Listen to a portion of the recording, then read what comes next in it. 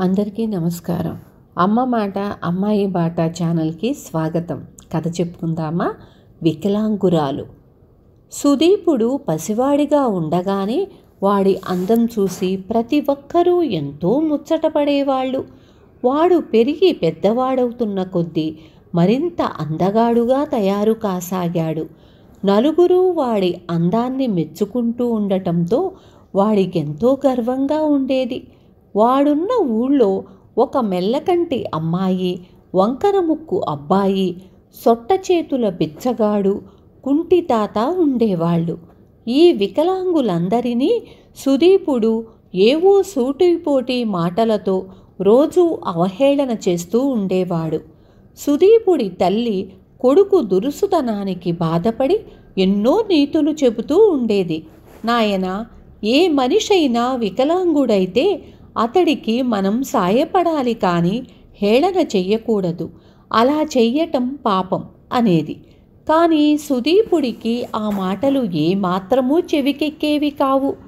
ఒక రోజున సుదీపుడు ఆ నలుగురు వికలాంగుల్ని ఎంతగా అవహేళన చేశాడంటే వాళ్ళు నలుగురు కోపం పట్టలేక ఒకటై అతన్ని కొట్టటానికి వచ్చారు. సుదీపుడు వాళ్లకు అందినట్టే అంది దొరకకుండా తప్పించుకు పారిపోయాడు.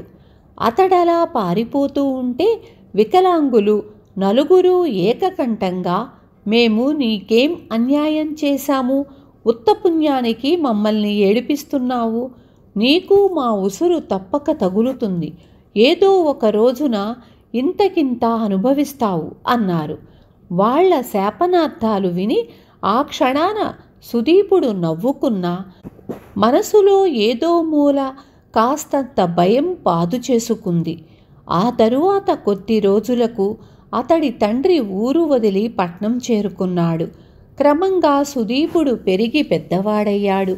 యుక్త వయసు వచ్చాక తండ్రి అతడికి ఒక చక్కని అమ్మాయితో వివాహం చేశాడు. కొంతకాలం గడిచింది. సుదీపుడి తల్లిదండ్రులు చనిపోయారు. అతడి తండ్రి పట్నంలో వ్యాపారం చేసి బాగా చాలా ధనం గడించాడు. సుదీపుడు భార్యను ఎంతో ప్రేమగా చూసుకునేవాడు. ఆమె గర్భవతి అయి నవమాసాలు నిండుతూ ఉండగా స్వయంగా తీసుకుపోయి ఆమె తల్లిదండ్రుల ఇంట దిగవిడిచి పట్నం తిరిగి వచ్చాడు. ఆ రాత్రి సుదీపుడికి ఎంతకూ నిద్ర రాలేదు. అతడు పుట్టి పెరిగిన ఊరిలోని విశేషాలు గుర్తుకు రాసాగాయి.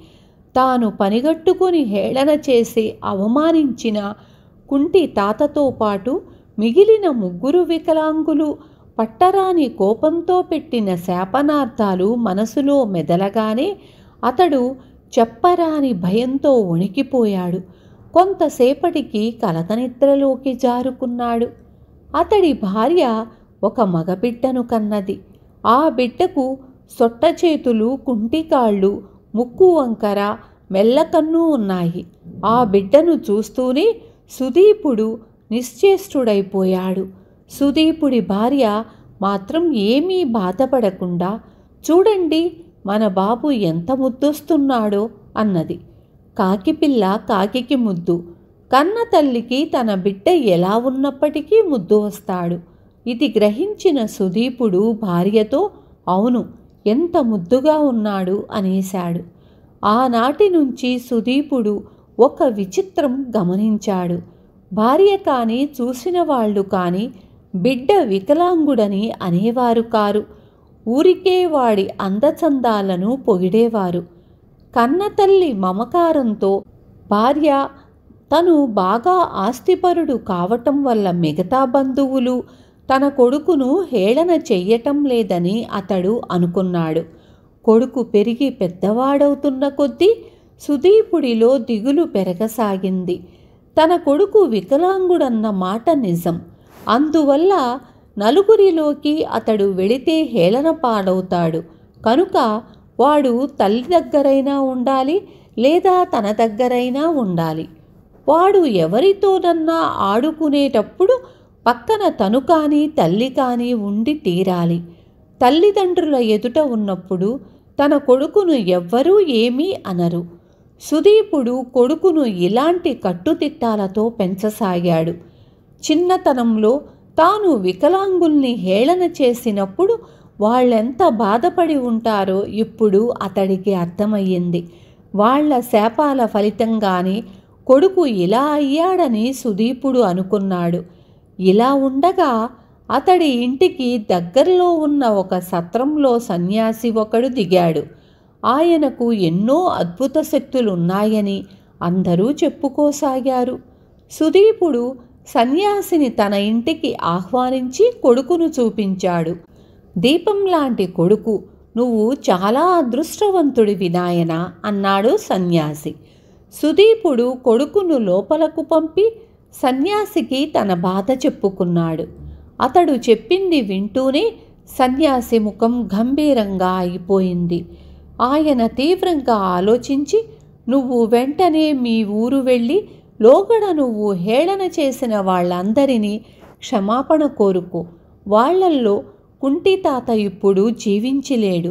ఆ ఊళ్ళోనే అతడి సమాధి ఉంది. ఆ సమాధి ముందు నిలబడి నీ క్షమాపణలు చెప్పుకో. నీ కొడుకు వికార లక్షణాలు పోయి నీకు శుభం కలుగుతుంది అని చెప్పాడు. వెంటనే సుదీపుడు ప్రయాణమై తన ఊరు వెళ్ళాడు.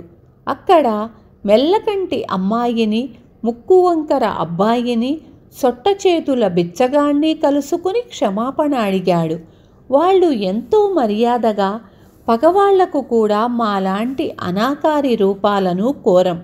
నీ బిడ్డకున్న అవలక్షణాలు మేము క్షమిస్తే పోతాయంటే మేము తప్పక నిన్ను క్షమిస్తాం అన్నారు.